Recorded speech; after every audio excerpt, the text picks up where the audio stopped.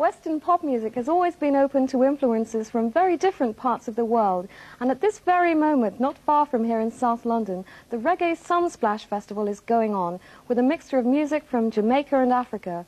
One of the most exciting performers there is King Sunny Ade. This week he releases Aura, his third album in Britain, although back home in Nigeria he's made more than 40 LPs in 10 years.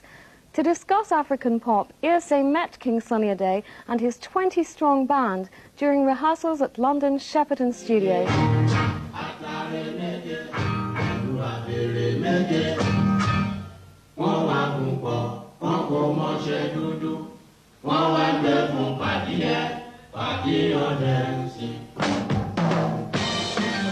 In Nigeria, the royal-blooded King Sunny is a legend. His set lasts for as much as 10 hours, and every album sells thousands. In Britain, he can enjoy the opulence of his own gold Rolls-Royce, but bringing juju music to the West is an expensive operation. Most of my money I made is always going back into my music by way of promoting it and getting the music across to people, because like getting 27 people on the road, having 22 bands, have the manager, the road manager, the probably the crews or lighting engineers, the sound engineers, and then the producers or kind of people, is not easy because it has to come on me, because we don't have the facilities like you have here in Nigeria. Like you want to use. You want to play in the stadium, you just make a call, I want so many thousands of PA we want, and this type of speakers, this type of microphones. You don't have, I have to buy it on my own. So the money I made goes back to the music as well, and on charity also, because I believe so much in charity.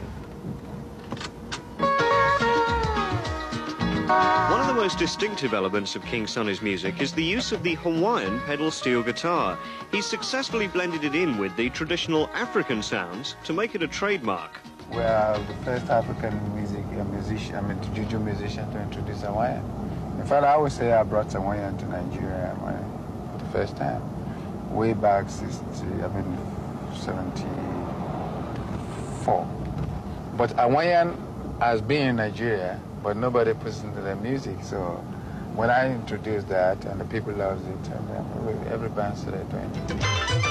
A harmonica solo from Stevie Wonder on the new album Aura is an indication of the growing status of King Sunny.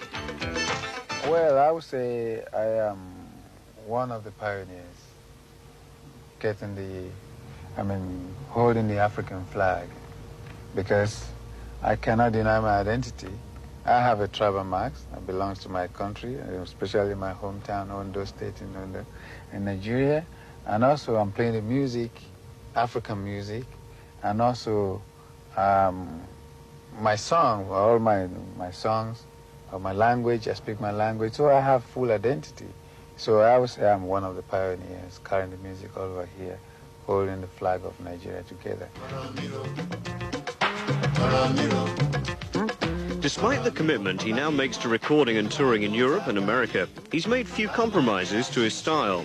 He sings in Yoruba, and the basis of the band is traditional Nigerian songs and traditional instruments, particularly the talking drum. We have different kinds of talking drum. This is the small one. This is called gongon, G-A-N-G-A-N. We have the bigger one, which we have to put on the soldier, then you press it to the laps instead of press it with your hands. That is the mother drum. We call it dun-dun, D-U-N-D-U-N. So this kind of drum is the one we're using in the olden days for communication, because we don't have telephone or wireless or anything like that. But we can communicate. He can play and say something to me, like he can call my name. Probably you say, Sunny Ade. Say Sunny. Sunny Ade. Mama Adeni, the son of Adeni. How are you? You know? And then I'll say Amora. You see, like things like that, he could communicate to you. But they are using it to communicate to people.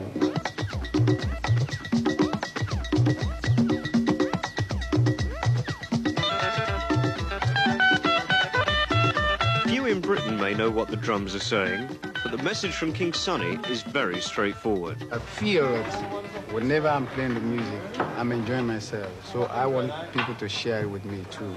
I want people to forget about their sorrow. At the moment, we have to communicate to each other with peace and love. Thanks very much.